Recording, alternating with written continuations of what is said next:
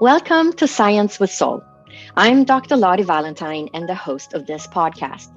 I'm a physician, evidential psychic medium, international keynote speaker, and author of Med School After Menopause, The Journey of My Soul, an inspirational story about transformation, healing, and spirituality, available online at Amazon as well as other online platforms worldwide.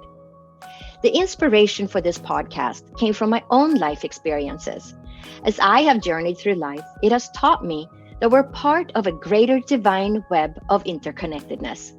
I have walked the path of illness, healing, and transformation. After 2 near-death experiences, I became clairvoyant, clairaudient, and clairsentient, and was guided to attend medical school at the age of 54. We will be meeting with many different types of doctors, healers, as well as spiritual leaders, educators, and other inspiring souls in this podcast. It is my hope that you will gain information and create a path to healing your own life physically, emotionally, and spiritually, and bridge the gap between science and soul. To learn more about me or to work with me spiritually for ancestral healing, medical intuitive, evidential psychic medium, or to take my 8-week-long course, Soul's Journey, Heart's Way, a course for authentic living, which will explore opening the doors to your divine potential. Available in most time zones across the world and starting March 27th, 2021. Please visit divinespiritualessence.com. To work with me as a physician, please visit drlottie.com.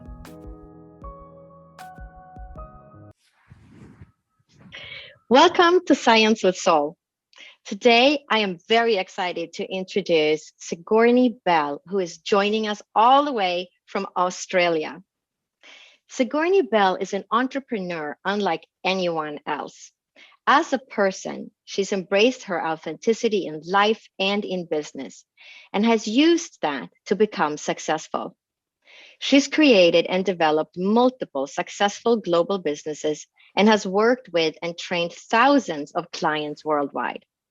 As a business oracle and seer, she's become well known for her revolutionary spiritual healing modality, the feminine frequency formula.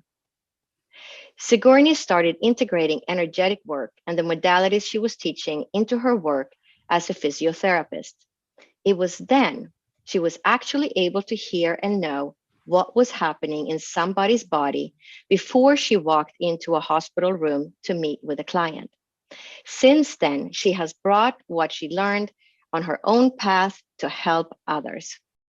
A warm welcome, Sigourney. I'm so excited to have you as a guest today and share your knowledge and journey with the listeners.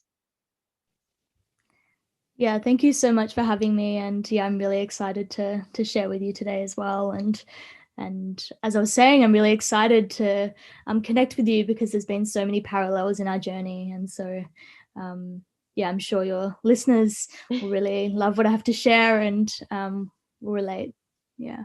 I can't wait to hear more about your journey. So let's start by talking about spirituality. How does spirituality play into your everyday life? For me now, it's such a deeply ingrained part of my life and practice that it's no separate to my life.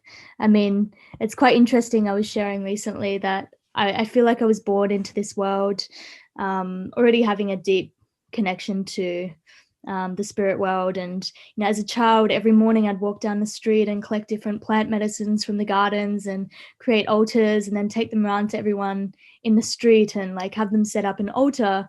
And that's a big part of what I do still now with like people when I'm connecting them to their business. A part of what I get them to do is connect an altar to be able to actually receive messages from the spirit world about their business. And yeah, I feel like it's always been deeply ingrained in who I am. I have a very devotional heart. And, even when I was traveling through India, it's quite interesting because a lot of people go there and they feel quite culturally shocked. Whereas I went there and I felt instantly at home in myself. And it was largely to do with the fact that there's so much devotion in their being towards something greater and, a higher power and towards the spirit world. And it's just something that's very innate in me. So yeah, it's there's no separation between like how I operate and function as a human being to how I operate spiritually. It's just, it's enmeshed in the way that I do life, and everything is a devotional practice. And I feel like even now I don't necessarily have to have set practices. It's just, it's very innate in my being. So it sort of becomes part of your normal life. Absolutely. Until you step out into the mainstream and you walk down the streets and you realize it's not really a part of culture still, well, it's not, it's becoming more and more so, but I think I live in this little bubble as well, my own little bubble, where that's just a normal part of my world, until I start to open up and speak to some people about it, and they're like, what do you mean? Yeah. I'm like, oh yeah, actually not everyone's like this. Right. Yeah. And it's a process that I'm sure it took you many years to develop, right? So when you work with your clients, how do you help clear their internal blockages which are stopping them from being successful? Yeah, it starts from the minute someone works with me.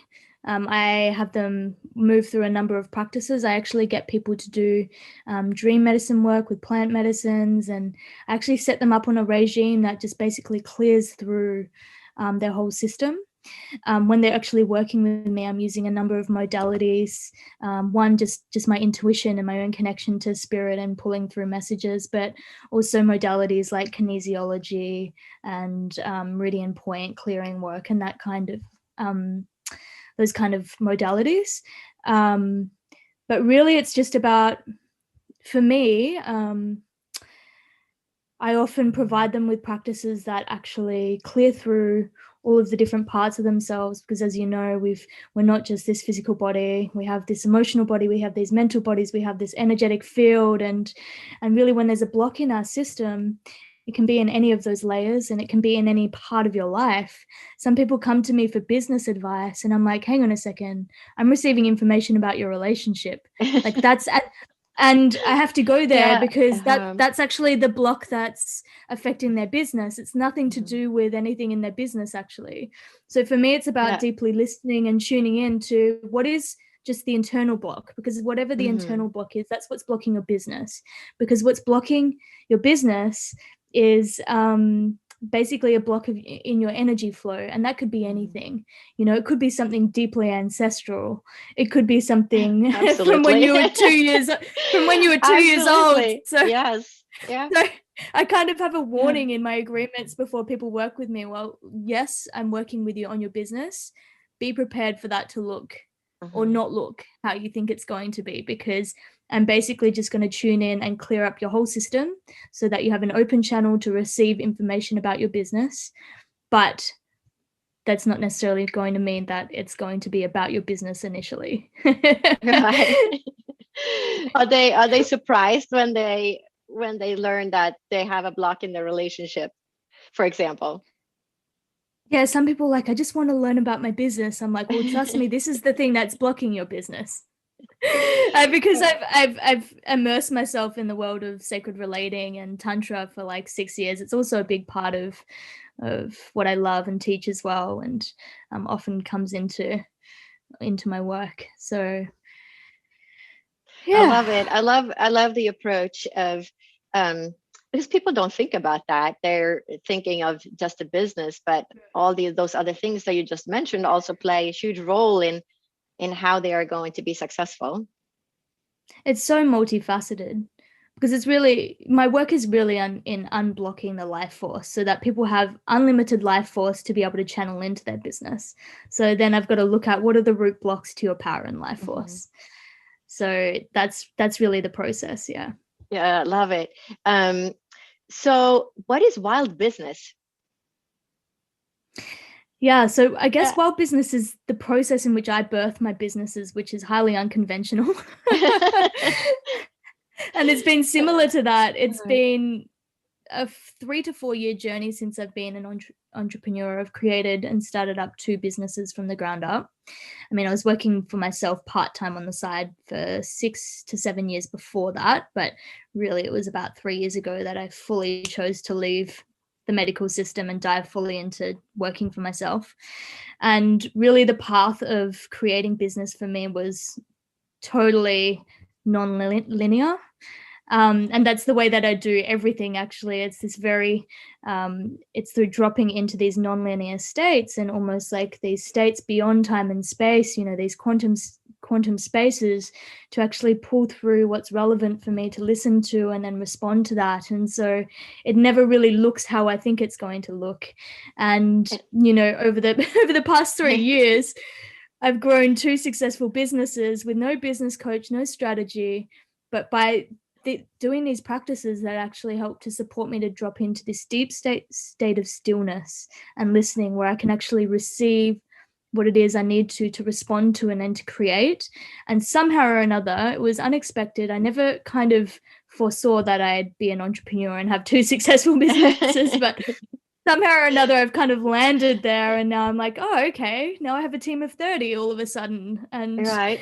You know, and so business has just kind of come to be. It's not something I've ever gone, I'm going to plan this out and strategize this, and these are my goals I'm going to hit, and this is my target market, and this is how I'm going to hit my target market. And I've never run Facebook ads, and I've never done any conventional marketing methods. However, it's all ended up happening to me and for me because I've gone beyond myself. I've tapped into something that's greater than me, that wants to move through me, and I've listened to that and trusted that implicitly. So when I speak of wild, it's like allowing the wild force of nature to move through me, and to breathe me and to breathe life into me and to create, but not from a space of needing to create for something, but purely because that's what's wanting to come through me and through and into the world and to serve people. So yeah, that's kind of the notion behind wild business. And did you write a book also about it, or? Yeah, it's wild business. Yes, I have written a book about it. It supports people to have practices like I work with in my own life to actually kind of derail and undo all of the conditioning that we've got that's in place that kind of tells us who we are, that's not accurate.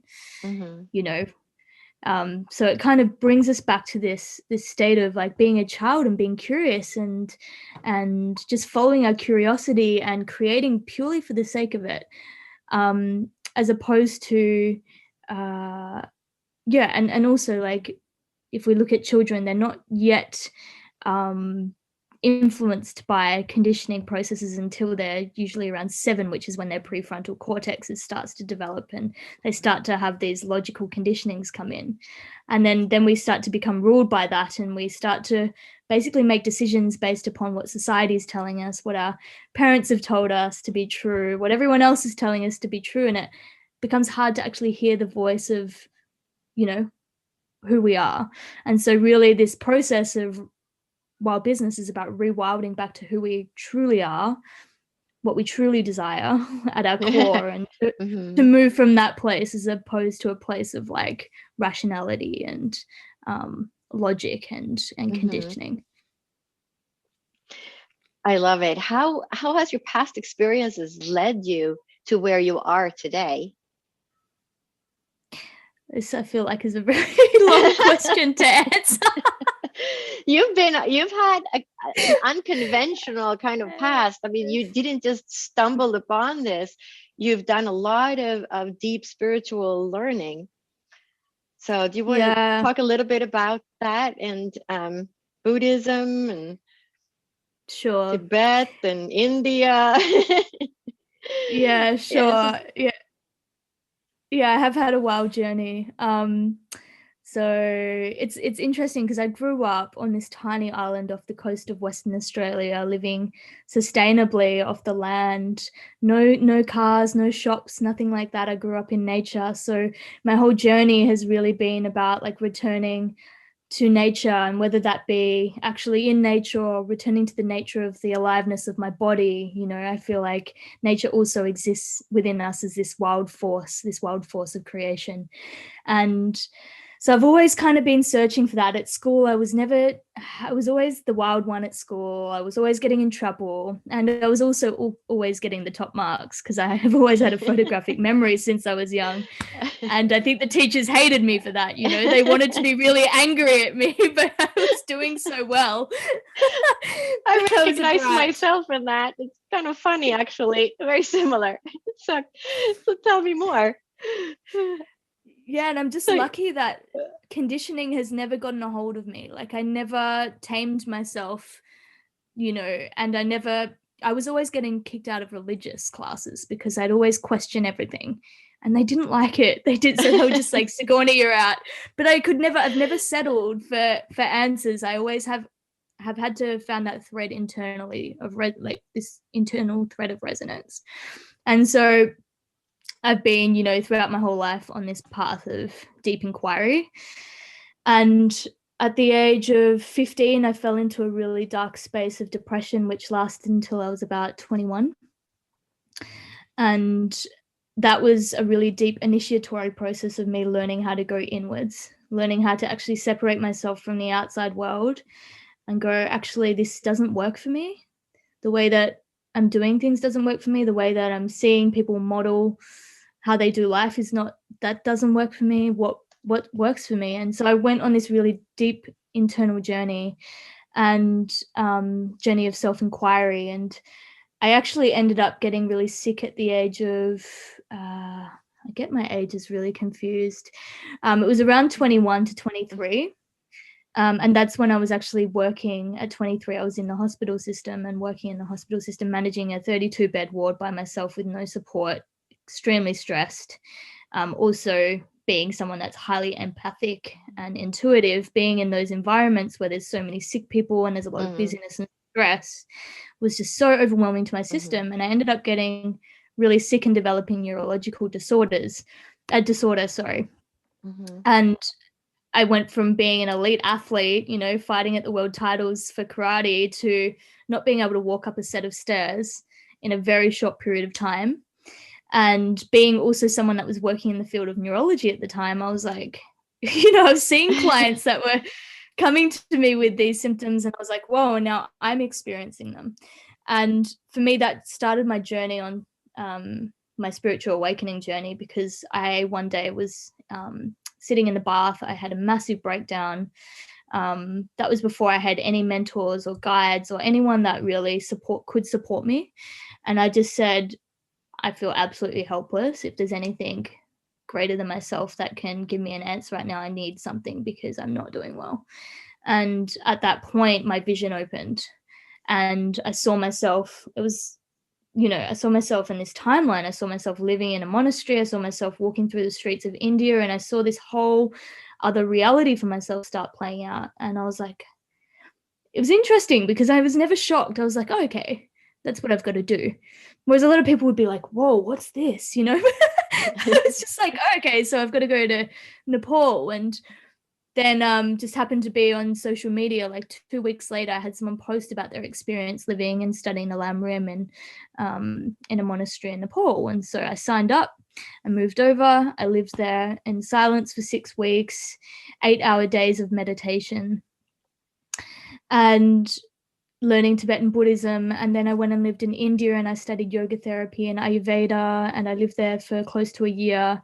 And my whole journey has just been an unfolding, a really divine unfolding since then, of really seeing something for myself, listening, coming back, and responding to what's in my field and just moving with that.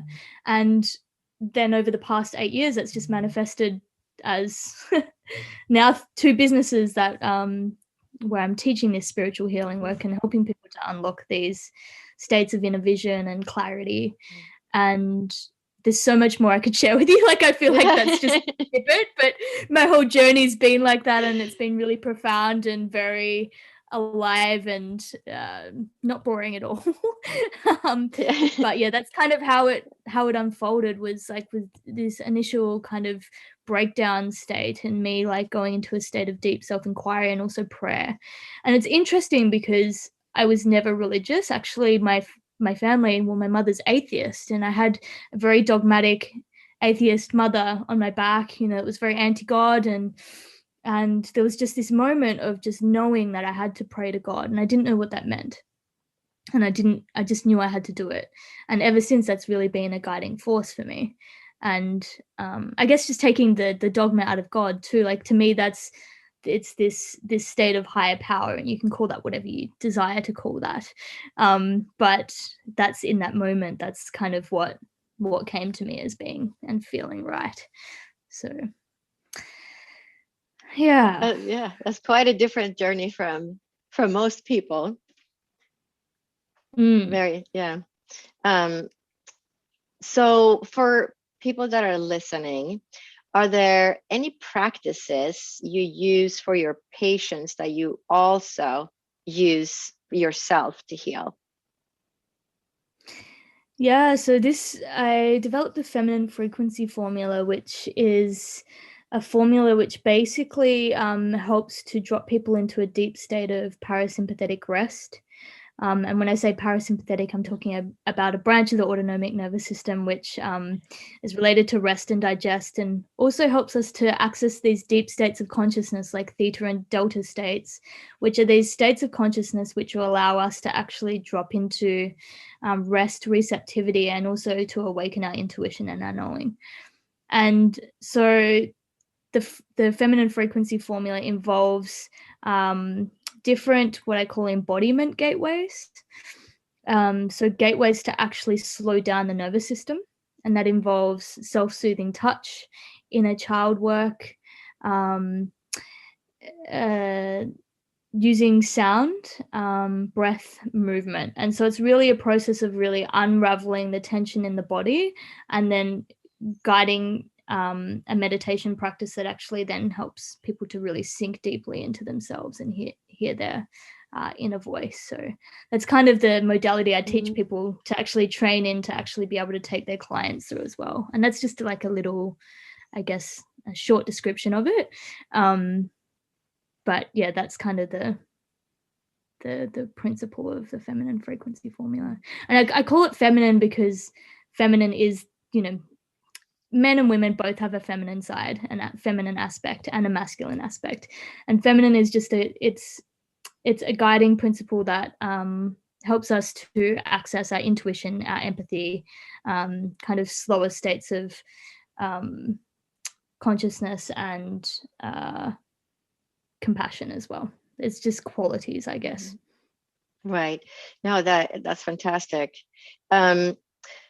So have you always been a spiritual person, or you weren't really spiritual as a child? Your mother was an atheist, but did you have that ability as a child? Yeah, in saying my mother is an atheist, I'm the black sheep of the family. I always think that there's one. So in saying that, my brother is starting to really come on board lately. I've been supporting him. He's having a bit of a spiritual awakening at the moment, so that's been really beautiful to witness. But as a child, yes, but I didn't know that was the case. So I was highly, highly sensitive. I would often be hiding from my family because I didn't like being around others, because I was very open and sensitive and would be receiving a lot of information as well. Like as a child, I was able to receive a lot of information.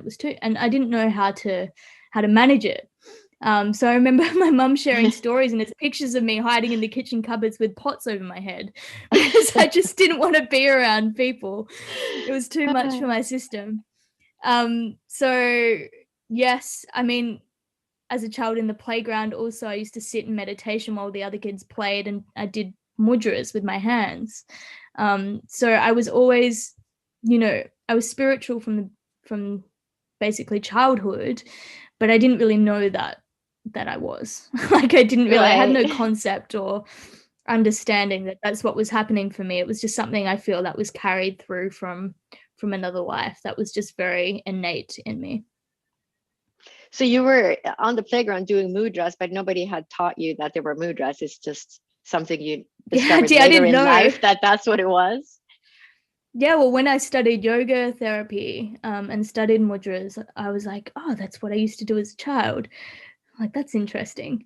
So Yeah. I didn't know, but I would sit and do hand gestures. And I was kind of like a little Buddha as a child, actually. I used to make my mum put the candle on 3 times so I could blow out a prayer for humanity, a prayer for my family and loved ones, and a prayer for myself for happiness. And that was from a very young age. So there was always this greater concern for, not just myself, but people around me, and then also the collective humanity of as well-being. So that was always kind of there for me. So were you one of those kids that could see the spirit world or see auras?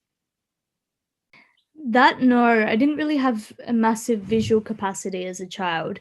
It was more kinesthetic. So it was more like I could feel a lot, but visually, not so much. My vision really opened at the age of 23 when I had that psychological breakdown, and then kind of opened up that capacity then. But yeah, no, not visually. Yeah. Is that what you call your NDE, or did you have another near-death type experience? That vision. No, my near-death experience. Yeah, that was my near-death experience was in India. My second trip to India. I was planning on living there for a year, and that was at the age of 26. And I went to Varanasi. I was supporting a boy there through his schooling. So I went to go and visit him, and he took me to this local food place. And the minute I arrived there, I was like, oh, I shouldn't eat this food. And he's like, it's the best food in Varanasi. It's local street food. Like, you can't not eat it. It's really delicious. And I'm like, okay, if it's the best street food in Varanasi, I'm going to eat it. So I had it. And the next day I was really sick. I ended up having dysentery. I was there traveling by myself, and I was living in this tiny little hostel that wasn't for tourists really, because I was friends with quite a few locals, and no one really knew I was there. And so I was in this room for a week, not taking in any fluids or eating, ended up getting really, really sick and not being able to walk. And someone actually found me and took me to hospital. And it was interesting because I actually went through the stages of death, that I called them the stages of death, and actually transitioned. It was a very peaceful experience for me, actually, and I was completely dissociated from my body. So I couldn't feel what was happening at all. Yeah. But yeah, I went through this complete process all the way to what they call the last stage, the white light stage, where I was just in a state of complete bliss. And it's quite funny because sometimes I find, my connection to spirit so strong that it actually does pull me out of my body sometimes. And I was just like, oh, wow, there must be some really strong cosmic forces at play here, and I'm having a spiritual awakening. But I was actually dying. I got to hospital, and they were like, you're close to death. And I was in hospital for over a week, and then went through a 21-day panchakarma after that.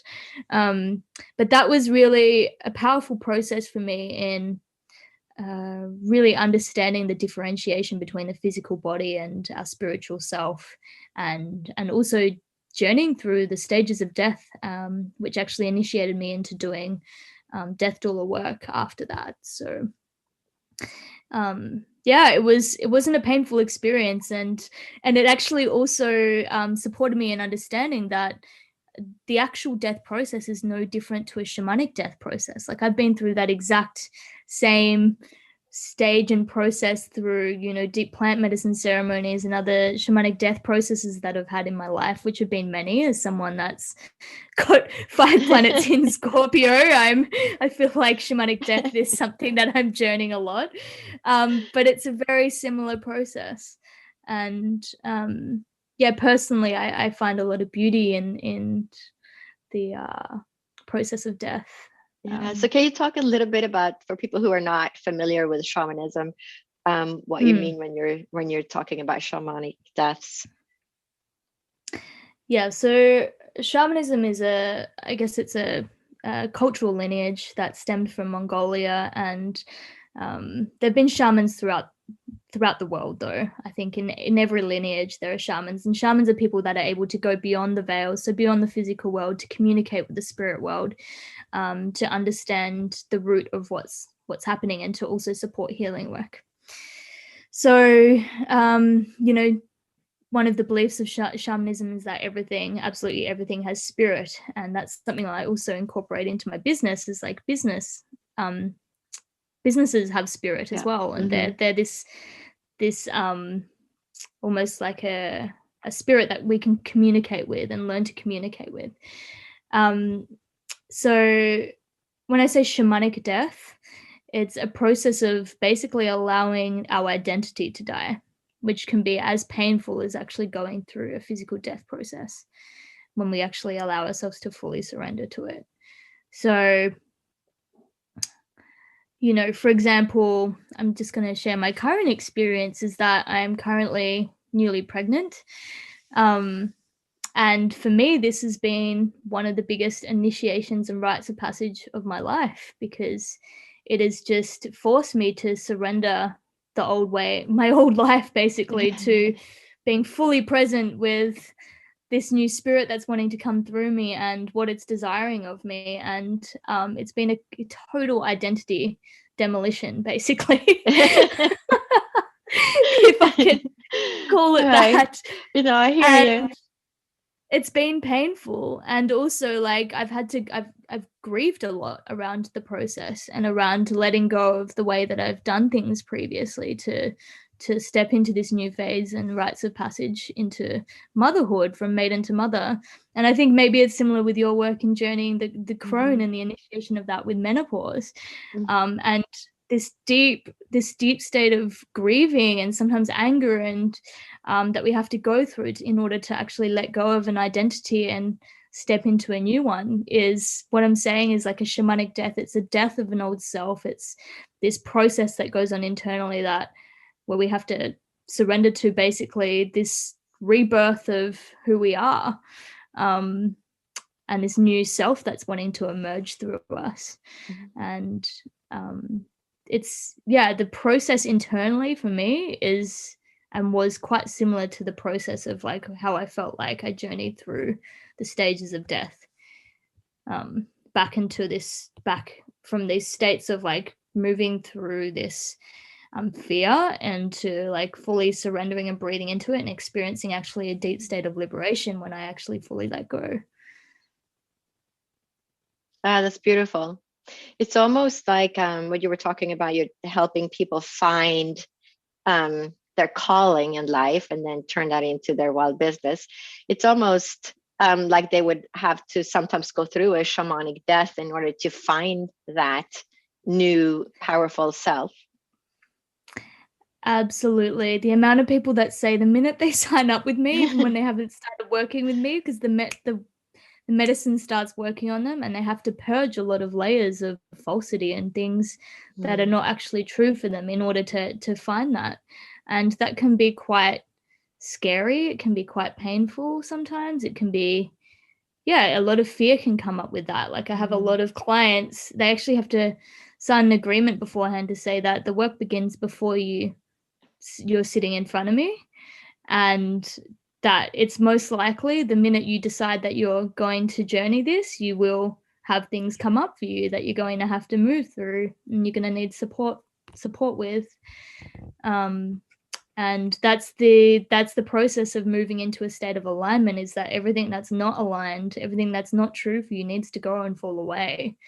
And if there's a lot there for you, if you've really been clinging on to the past or into situations that are not aligned, then it will be really uncomfortable, But the discomfort is there to basically rattle and shake away the layers of the false self, or the part of us that is a mask or is an identity that's not actually who we truly are. Right. Do you see that in Australia, as we see here in the United States, that the kids graduate from high school and then they're told to go to college, but many times they don't even know what it is that they're really interested in, and they major in something and they might go for I'm going to be an engineer because I'm going to have a good paying job, but their heart is not really in it. So then they end up on this path, and now they work as an engineer, and now they got all the different duties in their life to pay their bills. So how is it in Australia? What do you see there? Absolutely. Absolutely. I mean, there's no real, I haven't seen, they don't really train us to actually listen to ourselves at school, do they? They just like, here's all of this information that you need to learn, and then make a decision at the end of it, like as to what you want to do with your life. And it's like, oh, what? Like, I don't know. And it was the same with my journey, you know. I always, actually, my vision was always to be a famous author living in Brooklyn, and potentially even being a columnist over there. Mm-hmm. And that was always what I wanted to do.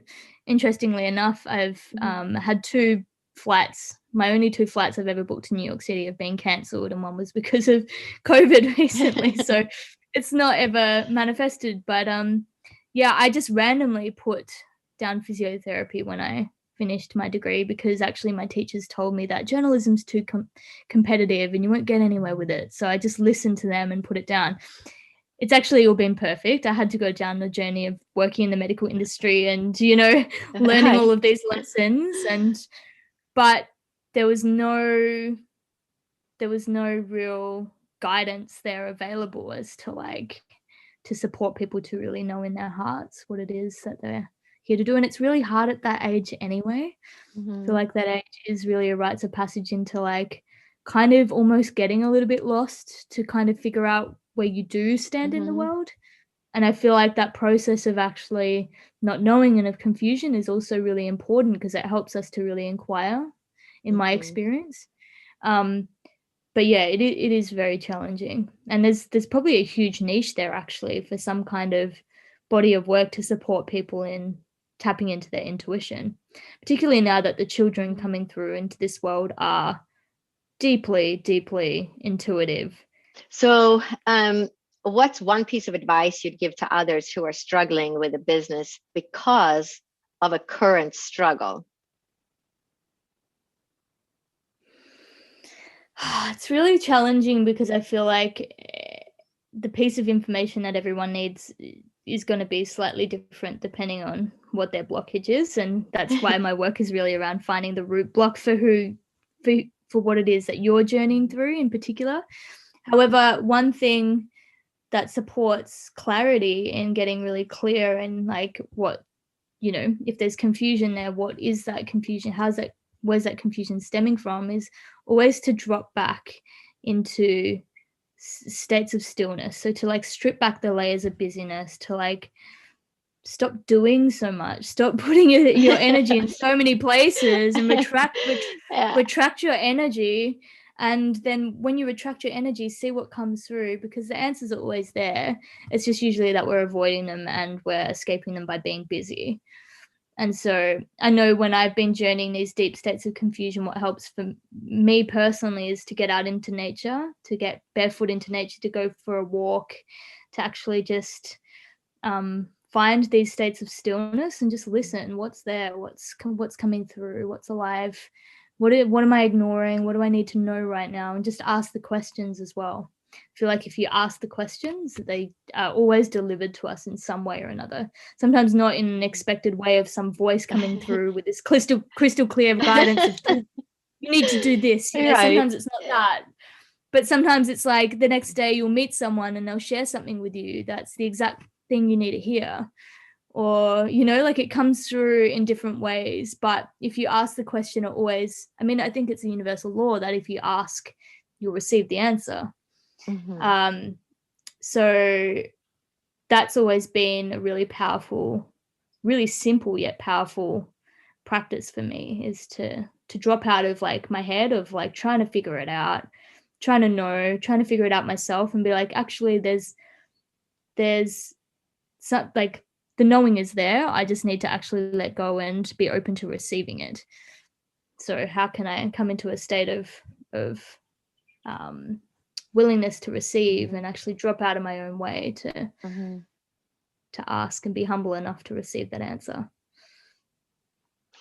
Very, very good advice. I believe the same thing. The answers are already there, and sometimes we just get so busy that we don't hear the messages, or we don't see all the clues that are in front of our eyes. So that's great advice, going out to nature and creating silence and all those things. So how can people learn more about you or work with you? Yeah, thanks for asking. So my book, you can purchase my book at www.wildbusiness.com. That's my latest book, which covers all of this and gives you the practices that I actually teach in my work to actually land your business and be able to communicate with the spirit of your business. Or if you want to find out more about me, you can go to www.sigoureneybelle.com or follow me on Instagram and Facebook by searching Sigourney Belle. I think it's Instagram, it's at Sigourney Belle, and Facebook, it's facebook.com/Sigourney Belle Asatara. And that's my basically it's my spiritual name. So yeah, I don't necessarily use it so much anymore, but that's that's I love it. I can't also change any of my social media links now because they're on all over media. So if someone tries to type something in and I've changed it, then it won't come up. So, yeah. And how did you obtain your spiritual name? It was something that was came through in a real whisper. Actually, it came through in a ceremony with a friend. I was sitting in his yurt with him, and we were just dropping into like a ceremonial space together, and he received it. He's like, have you already got, do you have another name? And he just mentioned this name that he was hearing, and I was like, that's really interesting, because it had already come through for me before that, like a couple of years before, and I didn't really understand what this name meant or what it was all about. But basically it's the energy that I work with. So Asatara means cosmic force, and it's this cosmic force that moves through me, that works on the fields of people when I'm working with them. So I try to not use that name all of the time, because I don't always want to be tapping into and working with my spiritual gifts. I like to also just drop back into relaxing and being a human sometimes. But yeah, it's the energy behind my work. I love it. That's a beautiful story. Well, it's been a pleasure to have you on the show today, Sigourney, and I can't wait for you. I'd love to have you back sometime after your book comes out and talk more about it. Yes, please. I'd love that. Yeah, so it was a pleasure having you on the show today. Thank you so much for having me. Bye-bye. Bye.